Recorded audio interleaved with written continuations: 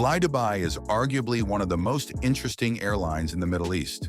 Despite its young age, it has achieved some impressive numbers, including carrying its 100th millionth passenger, expanding its fleet multiple times, and adding all the pieces of the puzzle needed to create a world-class carrier. In just a few years, flydubai has grown to become one of the largest carriers in the Middle East. The airline origins back to 2008 when the government of Dubai established it. In July 2008, flydubai signed its first order for 50 Boeing 737-800, and its first flight took off just 1 year later in 2009. Since then, flydubai has rolled out different business class products, welcomed over 80 Boeing 737s, and officially became a wide-body airline with its order for 30 Boeing 787-9s at the 2023 Dubai Air Show. At the time, the order consolidated a long-lasting relationship with the American manufacturer Boeing. Fast forward a few months, and the situation was completely different. So what happened?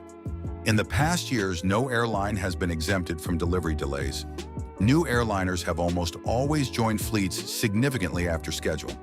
To some extent, this applies to all manufacturers and airlines, with some notable exceptions, both in positive and negative, with flydubai being one of them. At the 2024 Farnborough Air Show, flydubai was one of the hottest topics. Usually, airlines and manufacturers occupy the first pages of the news during air shows after significant announcements or by showcasing their latest products. Despite not exhibiting any of its Boeing 737s in Hampshire, flydubai opened the air show expressing its disappointment in Boeing's delivery delays. The airline communicated that its expansion plans have been significantly impacted by Boeing's latest update regarding ongoing delays in its aircraft delivery schedule.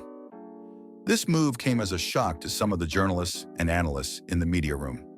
Since its foundation, flydubai has been a loyal Boeing customer.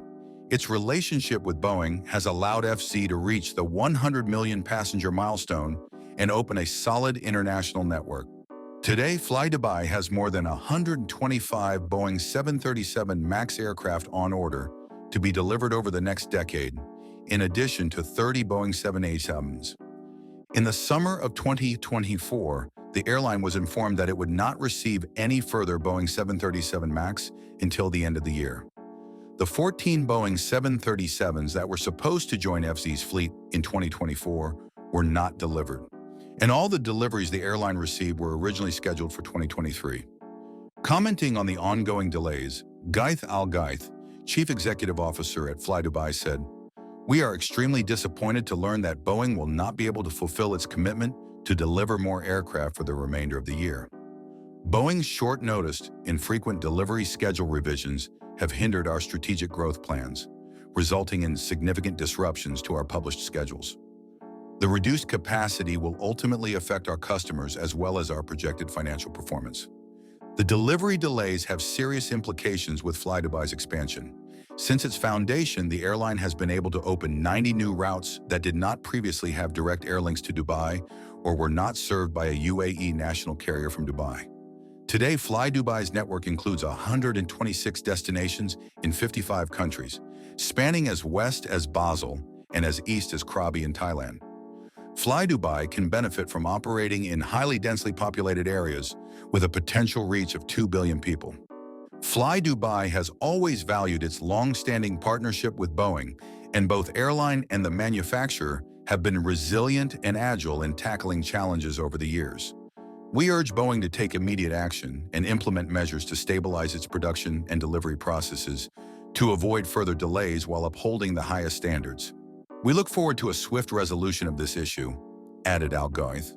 However, the network expansion has been significantly revised due to the lack of aircraft.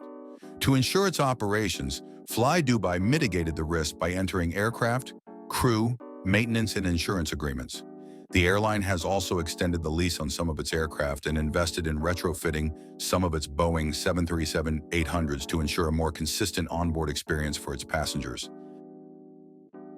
flydubai's business model is rather interesting.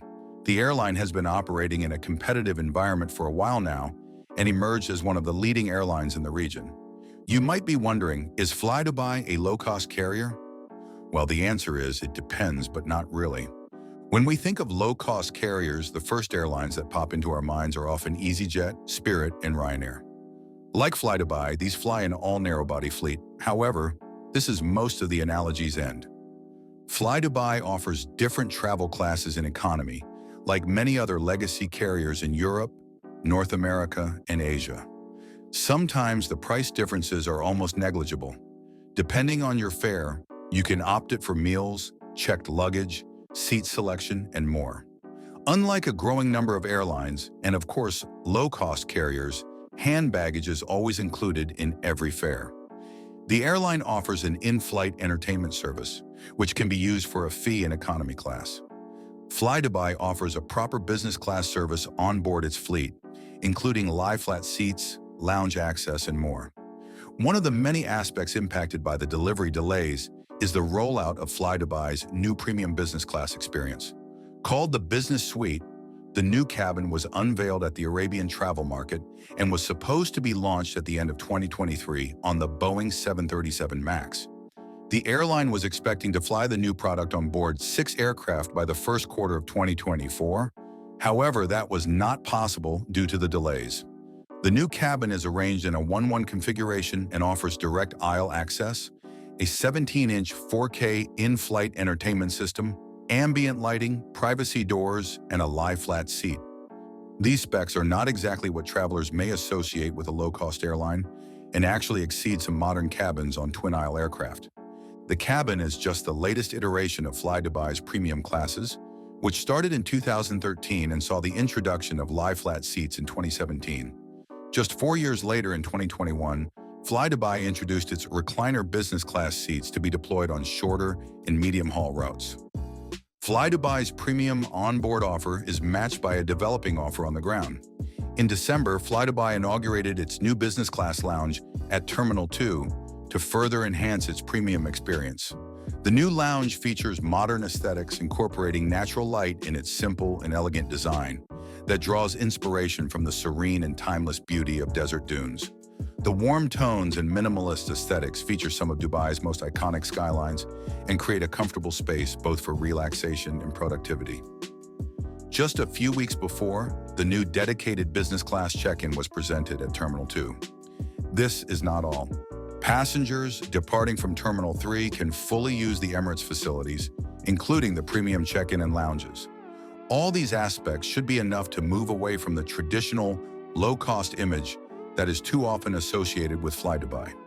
The airline has been extensively working on its offer to keep up with the times and diversify its services, appealing to both business and leisure travelers. Comment down below if you would like Airways to come up with a special video about the relationship between Emirates and flydubai. Overall, flydubai has been able to create itself as a privileged spot in the Middle East market.